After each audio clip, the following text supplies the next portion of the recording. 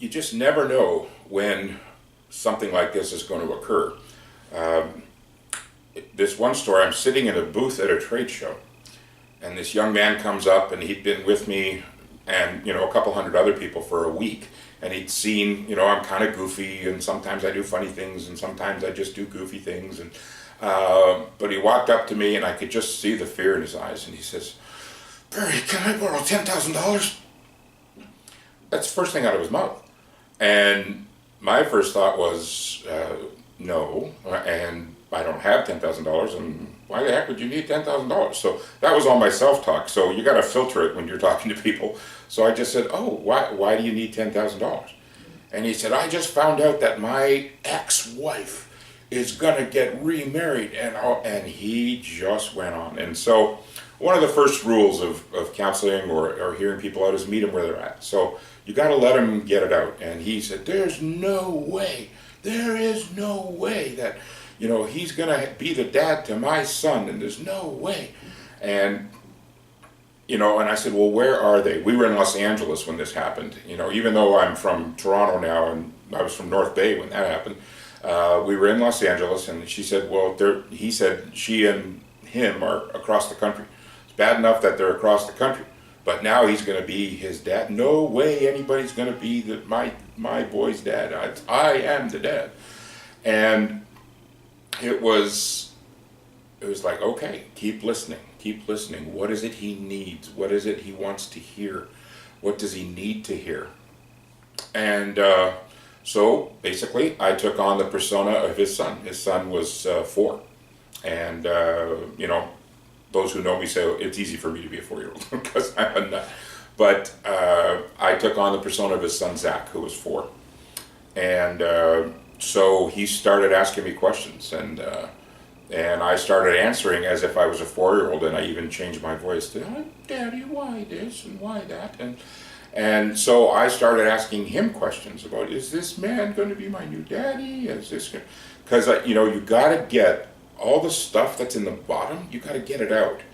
And long story short, we went on for probably at least a half an hour till he finally got it. And he turned around and said, he said all the things he needed to say. He apologized to Zach for not being a good dad and a good husband in the first place, and that's why Mommy left. But then he sort of found the bless in the mess, is what I always look for. And this has been said probably thousands of times by other people, but in that moment, that young man got this, and he said, "No." And I said, "Daddy, is he going to be my new daddy?" And I wanted to ask that question right from the start, but it wasn't appropriate to ask it right at the start. And by the time I asked it, he was in a space where he just said, "No, sweetie, you're a very, very lucky boy, because most people have one daddy. But because of your mom and this new fella, you're lucky because you get to have 2 daddies. You're going to have a daddy on the East Coast, and you're going to have a daddy right here. I'll always be your number one daddy. You know that, right?" And I went, "Yes, Daddy." And he started crying. I had tears in my eyes. I'm pretty good at not getting plugged in, but just when I saw the shift in him, to realize, to say all the things that he needed to say to a 4-year-old, to apologize to a 4-year-old. And then, if I remember correctly, I briefly took on the role of his wife as well. And I said, "Look, I'm your wife now, what do you want to say?" And he said, "I'm sorry." And when we were done, of course, there's a piece called Disengage, where I said, "Look at me now and say, you are Barry, you're not Zach. Okay, you are Barry, you're not my wife." And then he said, "You are Barry, and can I borrow a quarter?" And I said, "What?" And he said, "I gotta go call my former wife," because I shared with him that I prefer the term former wife, because ex sounds so, it's so ex. And he says, "I gotta go call my former wife and tell her it's okay."